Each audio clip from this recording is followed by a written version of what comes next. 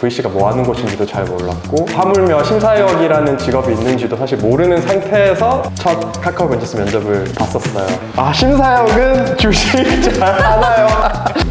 아니요? 클릭을 부르는 이메일이요? 어그로를 끄시는 메일이 손이 가기는 하더라고요. 딥테크 전문 심사역 분들도 요 플랫 뚜껑을 핥아서 쓰시나요? 질문이 왔는데 직접 검증을 한번 해볼까요? 안녕하세요. 카카오 벤처스 조현익 수석입니다. 오늘 제가 여기 앉아 있는 이유는요, 저희 회사 유튜브 구독자가 1만 명을 돌파했습니다. 뒤에서 이 숫자를 달성하기 위해서 노력해주신 분들이 정말 많은데요. 오늘은 제가 저희 회사 분들 모두를 대표를 해서 여러분들에게 미리 질문을 좀 받았습니다. 그래서 저희에게 궁금하신 질문들을 선제적으로 좀 받아봤는데, 질문들을 살펴보면서 제가 답변 드릴 수 있는 부분들은 답변 드리고 소개해 드릴 수 있는 자리를 가져보고자 합니다. 자, 그러면 준비해온 질문을 한번 보겠습니다. 이번에 정말 질문들을 많이 받은 것 같더라고요. 첫 질문부터 한번 받아보겠습니다. 카베는 땡땡땡의 진심이다 하는 것들이 있을까요? 투자할 스타트업을 검토할 때든 일하는 문화든 유독 진심인 것들이 있다면 전반적으로 이야기를 듣고 싶어요. 카베는 먹는 것에 진심이다 라고 답변 드릴 수 있을 것 같은데, 저희가 회식을 하든 패밀리 대표님들이랑 식사를 하든 저희들끼리 가볍게 번개를 하든 정말 맛있는 것을 먹기 위해서 최선을 다하는 것 같아요. 먹는 것에 좀 진심인 분들이 저희 회사에 많이 있는 것 같고, 그만큼 살을 맨날 찌고 있는데 이거 관리하는 게 참 어려운 게 챌린지인 것 같습니다. 누가 먹는 거에 제일 진심이에요? 맛돌이. 우리 회사 제일 맞잖아요. 그 분야별로 좀 전문가들이 나뉘어져 있는 것 같은데요. 저희 이제 컴팀에게 이혜화 수석님은 빵이 진심이시고요. 사실 오늘 촬영 전에도 도넛을 이렇게 마련해 주셔가지고 맛있게 먹고 시작을 했고, 예를 들면 맛집을 저희가 찾을 때는 주로 이제 장동욱 이사의 캘린더를 이렇게 보면서 그 예약한 식당들을 보면서, 아, 여기는 맛있는 가게구나, 다음에 여기 가야지 하고 좀 정보를 얻는 편입니다. 심사역이라는 직업을 선택한 이유, 왜 카카오 벤처스에서 일하고 싶다고 생각했나요?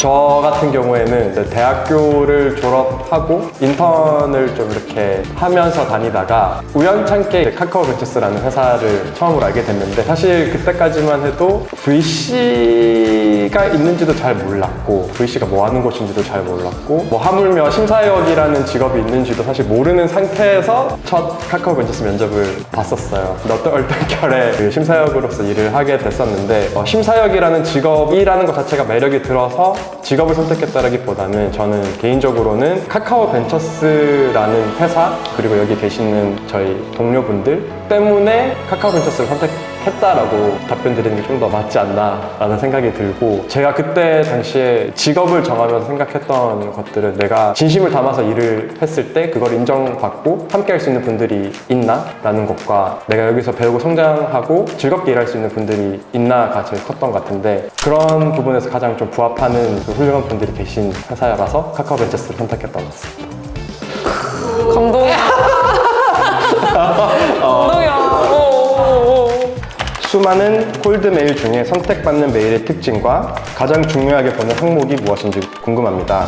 저는 개인적으로 오는 메일들은 사실 웬만하면 다 회신을 드리고, 근데 가끔씩 이게 메일이 스팸으로 들어오거나 묻혀서 회신을 못 드리는 경우도 있긴 한데, 웬만하면 회신 항상 드리려고 하는 편이고요. 저희 이제 대표 계정이라고 하죠. 그러니까 hello@kakaoventures.co.kr로 주로 사업계획서를 제출해 주시거나 투자 검토를 문의해 주시는 채널이 대표님들이 주로 많이 찾아주시는 형태인데, 심사역들이 모여서 투자 진행 여부를 저희끼리 논의를 하고 미팅 여부를 가리는 논의를 매주 진행하고 있습니다. 그래서 모든 메일에 저희는 회신을 드리는 것을 원칙으로 하고 있고, 그 중에서도 드러나는 메일들은 어떤 것들이 있냐라고 하면, 사실 다 각자의 매력이 있고 투자할 이유들이 있겠지만, 제가 생각했을 때 가장 두드러지는 메일들은 문제 정의가 명확하게 되어 있는 팀들의 사업 계획서인 것 같아요. 그래서 여전히 저희는 이제 초기 투자를 많이 하는 편이기 때문에 지표가 많이 없을 수도 있고, 심지어 매출도 하나도 안 나는 경우가 많기 때문에 그 앞 단계에서 팀이 해결하고자 하는 문제가 무엇이고, 우리가 어떤 식으로 세부적으로 나누어서 문제들을 태클하고 있는지에 대한 부분들을 잘 설명해 줬을 때 저희도 빠르게 좀 설득이 되고 호기심을 더 가지게 되는 것 같습니다.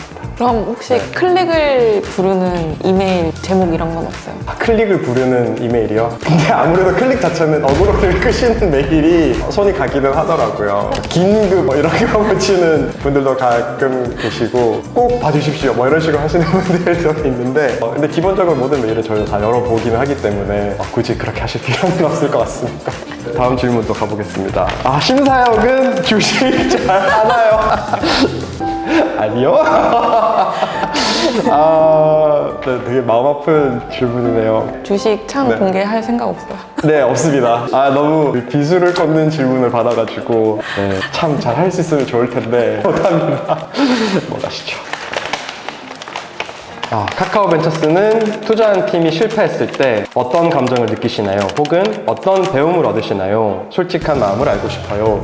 참 좀 무거운 질문인데 사실 정말 솔직한 마음으로는 저희가 투자를 했던 팀이 실패했을 때 가장 먼저 드는 생각은 걱정이 좀 더 많은 것 같아요. 그러니까 대표님이나 같이 창업했던 그 팀원분들이 사실 가장 오랜 기간 동안 고생을 하셨을 거고 스타트업이라는 게 사실 모든 게 다 갖추어져야 성공을 할 수 있을까 말까 한 복잡한 변수들의 결과물이기 때문에 모든 것이 잘 들어맞았다라고 하더라도 하나만 삐끗해도 실패를 할 수 있기 때문에 당연히 저희도 속상한 경우가 제일 많고 그 과정에서 더더욱 대표님들이 가장 마음고생도 많이 하시고 몸이 망가지는 분들도 사실 되게 많고 마음도 무너지는 경우가 많다 보니까 그 과정에서 대표님들도 잘 다시 딛고 일어나실 수 있게끔 도와드리고 싶은 마음이 가장 큰 것 같고요. 감정적으로 저희도 많이 아쉽고 서운하고 속상하고 그런 감정들을 저희도 복합적으로 느끼는 것 같고요. 어떤 배움을 얻냐라고 하면 사실 뭐 지식적으로 이거를 잘했어야 됐고 저거를 잘했어야 됐고는 1차원적인 배움들인 것 같고 전체적으로 실패에 대한 성숙함이 훨씬 더 공유가 되는 것 같습니다. 딥테크 전문 심사역 분들도 요플레 뚜껑을 핥아서 드시나요?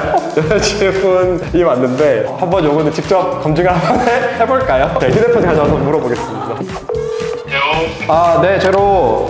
네네. 통화 잠시 괜찮으세요? 네네. 저희 유튜브 촬영하고 있는데 라이브로 참여하시게 되셨습니다. 지금요? 네.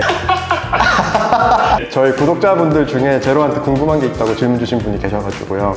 네네. 딥테크 전문 심사역 분들도 요플레 뚜껑을 핥아서 드시냐라는 질문이 왔는데 네, 어떤가요? 요즘은 기술이 좋아져서 요플레 뚜껑에 맞붙는 코팅 기술이 나왔더라고요. 코팅 기술이 좋아요. 과거의 추억이 좀 사라지긴 했는데 그래도 뚜껑에 붙어 있으면 핥아 먹습니다. 오케이. 뚜껑에 요플레가 묻어 있으면 핥아 먹는다. 알겠습니다. 네, 들어가세요. 먹는다고 합니다. 이 아이템 내가 먼저 했어야 했는데 싶은 것도 있었나요? 종종 있습니다. 그래서 뭐 당연히 저희가 생각했을 때 놓쳤다 싶은 투자의 건들도 당연히 존재를 하고요.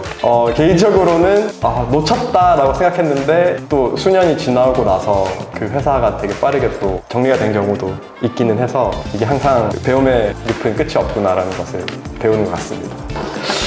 심사역으로 일하시면서 다양한 사람들을 만나면 은근히 신경 쓸 일이 많을 것 같아요. 심사역님만의 스트레스 해소법이 궁금합니다.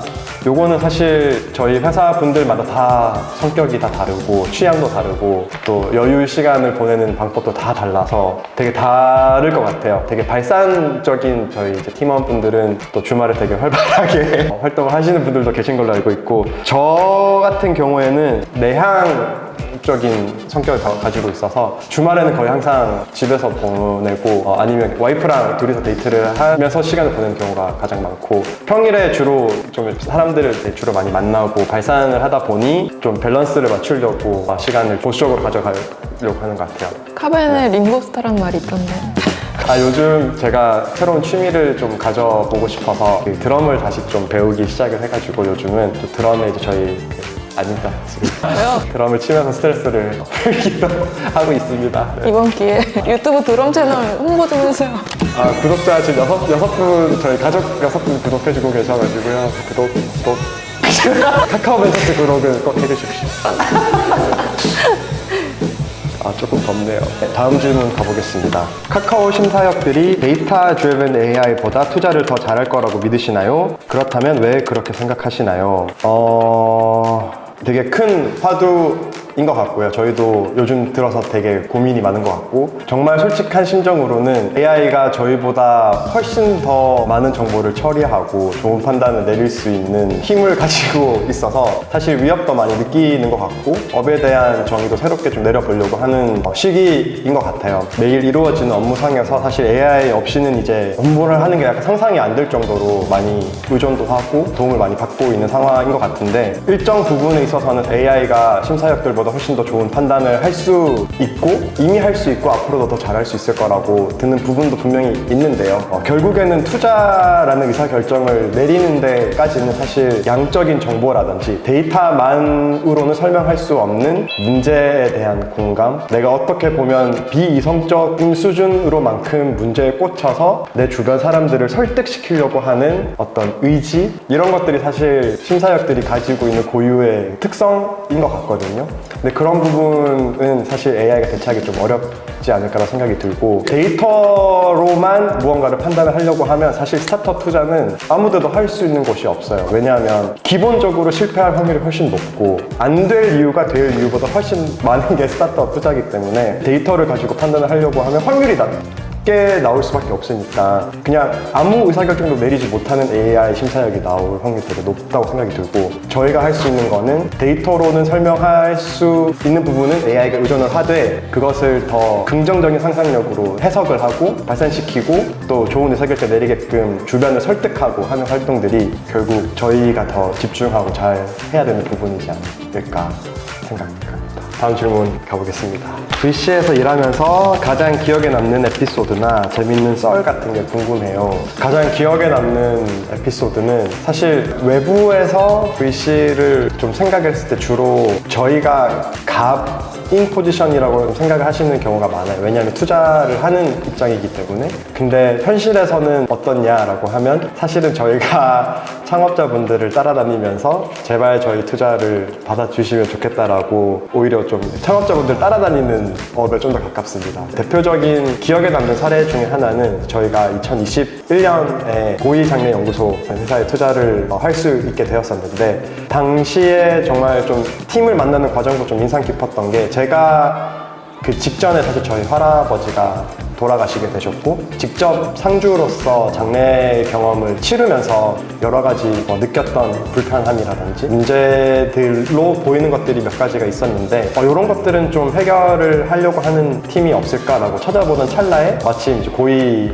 팀을 소개를 받게 되면서 저희 관계가 시작됐었고, 그때 당시에 초기 투자를 하는 유수한 좋은 투자사분들께서 다 많이 이제 만나보시고 투자를 하겠다고 말씀을 해주셨음에도 불구하고 저희가 우리가 투자를 할 수 있는 기회를 얻어서 지금까지도 주주로서 같이 함께 호흡을 하고 있는 상태고요. 그때 당시에 정말 인상 깊었던 게, 대표님 입장에서는 좋은 투자사를 어떻게 하면 엄선하기 위해서 고민들을 많이 하시는 과정이었는데, 그때 저랑 저희 안혜원 선임님이랑 같이 저녁 밤 10시 반 이때 대표님 연락받고 부랴부랴 택시 타고 대표님 계신 곳으로 가서 또 설득하고 저희의 투자를 받아야 되는 이유들을 또 저희 나름대로 풀어서 설명드리고 했던 과정들이 지금도 되게 기억에 남고요. 결과론적으로 대표님도 공감을 해주셔서 저희 투자를 받게 되셨는데, 그 과정이 저희 입장에서는 굉장히 좀 인상 깊었고 기억에 남는 사례인 것 같습니다.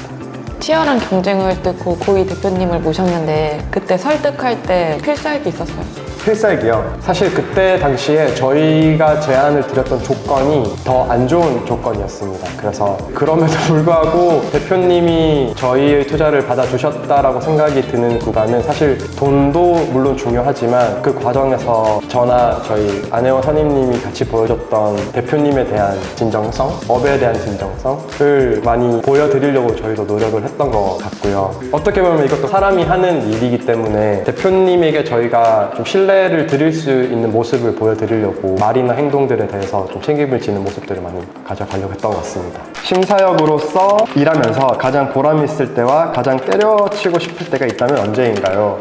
진짜 네, 많은 순간들이 스쳐 지나가고 있는데요. 사실 되게 명확한 것 같아요. 가장 보람 있을 때는 저희가 투자했던 패밀리사들이 잘 성장하고 후속 투자를 유치하고 좋은 인재분들을 모시고 계속 좋은 방향으로 성장할 때 저희도 당연히 보람 절망감을 느끼는 것 같고, 가장 때려치고 싶을 때는 투자를 하고 싶은 회사에 투자 못할 때 가장 절망감을 느끼고 디모티베이트 되는 것 같고요. 근데 저희도 팀으로 일을 하는 회사이기 때문에 당연히 저 혼자 오를 확률은 굉장히 현저하게 낮고 다 같이 판단을 하는 거기 때문에 당연히 있을 수밖에 없는 일이라고 생각을 하는 것 같고 그렇습니다. 때려치고 싶은 일이 그럼 지금까지 얼마나 많이 있었냐라고 하면 그렇게 많진 않았어요.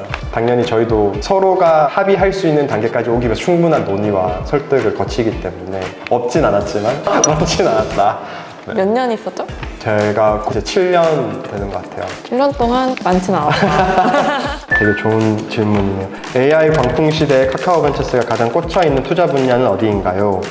되게 좋은 질문이신 것 같고, 사실 AI가 키워드라고 말을 하기에는 이미 일반화되었고 저희 모든 일상에 침투가 많이 되어 있고, 심지어 기존의 AI와 관계없는 업을 하시는 분들도 사실 업에 접목을 시켜서 생산성을 높이고 변화를 가져가는 부분들이 너무 많기 때문에 AI에 집중하고 있습니다라고 하는 게 어떻게 보면 좀 무의미할 정도로 되게 일반화된 표현이라고 생각이 들고요. 그럼에도 불구하고 AI를 활용해서 남들보다 훨씬 더 빠른 속도와 두각을 나타내는 팀들이 앞으로도 더 많이 나올 수 있을 거라고 생각이 들고, 지금 저희가 시장에서 봤을 때 가장 많이 보이는 어떤 시도들은 기업 내에서 생산성을 급격하게 올릴 수 있는 생산성 툴 혹은 협업 업무에서 할 수 있는 도구들이 좀 많이 보이는 것 같은데, 사실 올해 하반기 이후 내년까지는 저희가 예상했을 때는 이 기술 발전 진도가 좀 수렴을 하게 되면서 저희가 일상적으로 접하고 있는 컨슈머 테크라든지 라이프스타일에서 접하는 서비스들에도 훨씬 더 임팩트 있는 AI 서비스들이 좀 많이 나오지 않을까라고 예상을 하고 있는 것 같고, 전선에서 가장 먼저 뛰어들고 계신 분들을 최대한 좀 많이 만나보고 저희도 조언을 얻고 뒤처지지 않으려고 많이 노력을 하고 있는 것 같습니다.